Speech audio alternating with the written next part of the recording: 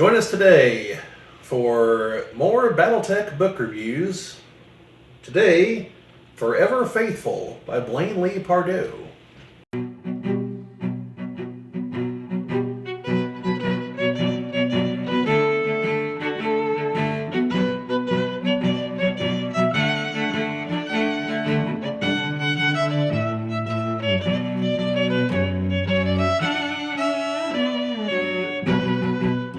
Welcome back, those of you who have been here before. Welcome to those of you who are new to the channel. This is hopefully obviously be a BattleTech video. We've done a string of book reviews here recently, and we're going to continue. Excuse me. This is Forever Faithful by Blaine Lee Pardue. And while it does not have the little symbol to denote the proper timeline, this just has the 35th anniversary symbol. This would be during the clan invasion for the most part, because this book follows the fate of a few clan Smoke Jaguar characters. What? So this is like Hammer and Anvil operation? It partially, it covers a part of that. Wait, no, they didn't call it that. Operation Bulldog.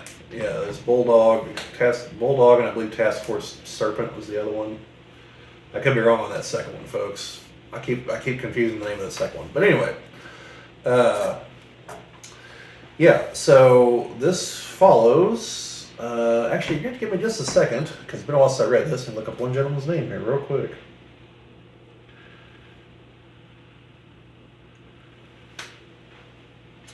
Yeah. Is it Trent and Paul Moon? Paul Moon, I remembered. It was Trent. Okay, so part of the story of...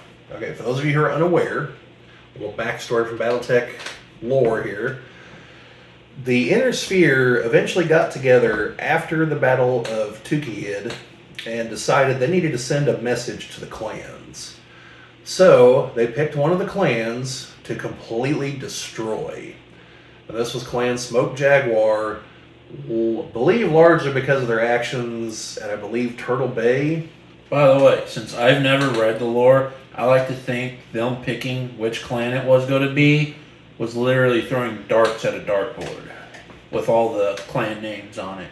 No. And wherever it stuck, that was it. No.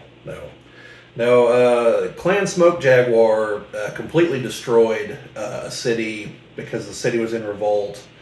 And they just destroyed it with orbital bombardment. So that didn't sit too well with the good folks of the Inner Sphere. It also didn't sit too well with some of the other clans. So, essentially they took, as Chad mentioned, a hammer and anvil approach, and they sent one task force ahead to go all the way to their home world, while the other fought their way to their home world, so that whenever the clan Smoke Jaguar forces arrived, they would arrive to a decimated planet and then be smashed between the two forces, which is ultimately more or less what happened. Now, one of the two characters the book focuses on here is a man named Trent, who betrayed the Smoke Jaguars to the Inner Sphere and told them how to get to the clan homeworlds. Ooh. I don't remember his exact motivation, but he shows up with the task force being led by Victor Steiner Davian. And, then Davian kind of screws him and lets someone else take him as a bondsman. Then Paul Moon is one of the Smoke Jaguars who survives the destruction and is left kind of wondering, like, well, what now? Because the clan faced a trial of annihilation and lost. So the clan was no more. But that doesn't mean that every single last member of the clan just drops over dead. So what typically happens is the other clans begin swooping in and collecting the bits and pieces that they want. So that's what a lot of the book is about.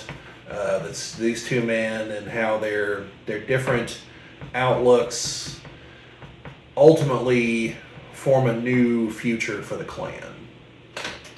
But yeah, So it's almost all of it's in that time frame. Now towards the end, the timeline begins to jump a little bit farther and farther, and I think the last scene is actually during the Word of Blake Jihad, or somewhere thereabouts. So that's about as far as I can go before we get to the spoiler zone, which is what we have now entered. Spoilers ahead from here, folks. Yes. Ye have been warned. So, Trent is ultimately taken in by the Nova Cats because they have had visions that say that he's important. And they're all about their visions. Paul Moon is like hardcore Smoke Jaguar and was all like, if I ever find out who betrayed us, I'll kill him.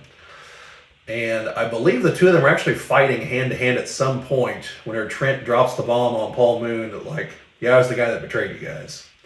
Which gives him the edge in the fight. He wins, and so something to do with the fight. It's been a while since I read this, so I could be mucking this up, but I believe something to do with the outcome of the fight was that Paul Moon is going to have to follow Trent. So Trent kinda, I think, a little bit regrets his decision, but also like what Smoke Jaguar had become had to be destroyed in his opinion. And he gets Paul Moon to come around to that. So Trent has some ideas on a different path for them. And he's written them down and kind of lays them out. And so they gather what they can of what's remaining of the Smoke Jaguars, and they leave aboard Nova Cat ships.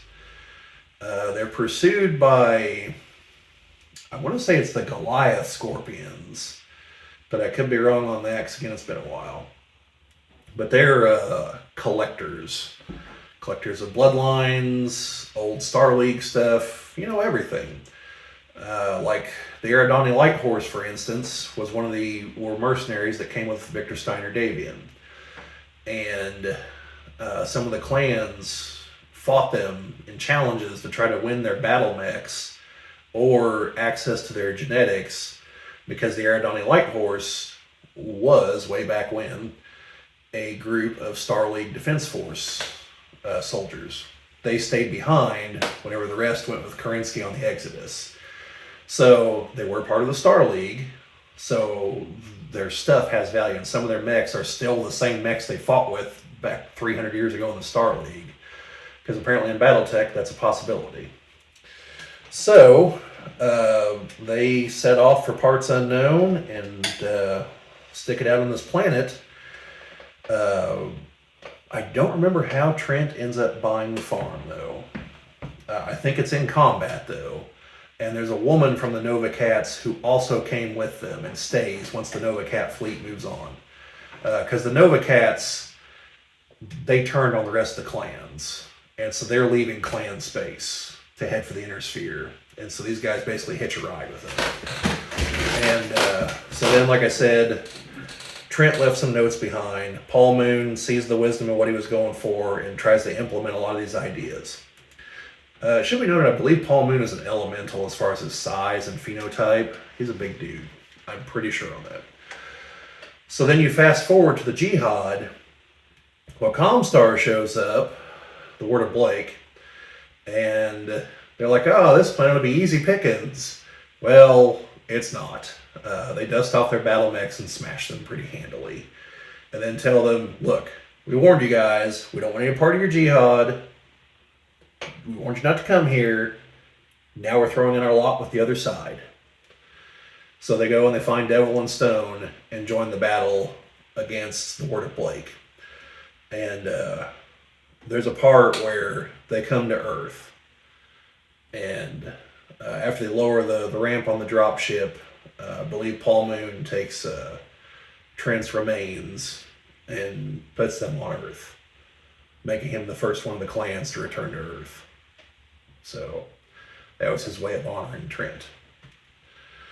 Then they go on to become what are known as the Fidelis, who are like some super special forces group that pop up a couple times for the Republic.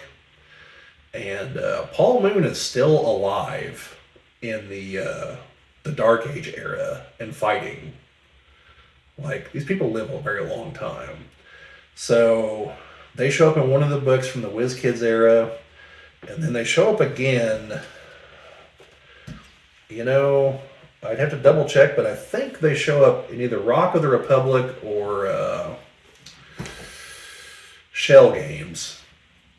But essentially, they encounter some kind of situation where they're like, all right, well, if we do this, you know, we fulfilled our oath to Eastone. Like, we're leaving after this. And they do.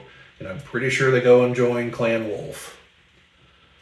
So, because I believe one of the after effects of Clan Wolf being named the IlClan is that the Khan basically rechristens the Smoke Jaguars and is like, you're back.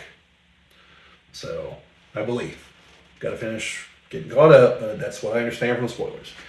So, essentially, the whole point here is, this is if you want to know the background of the Fidelis, or just what happened to the Smoke Jaguars after the Trial of Annihilation.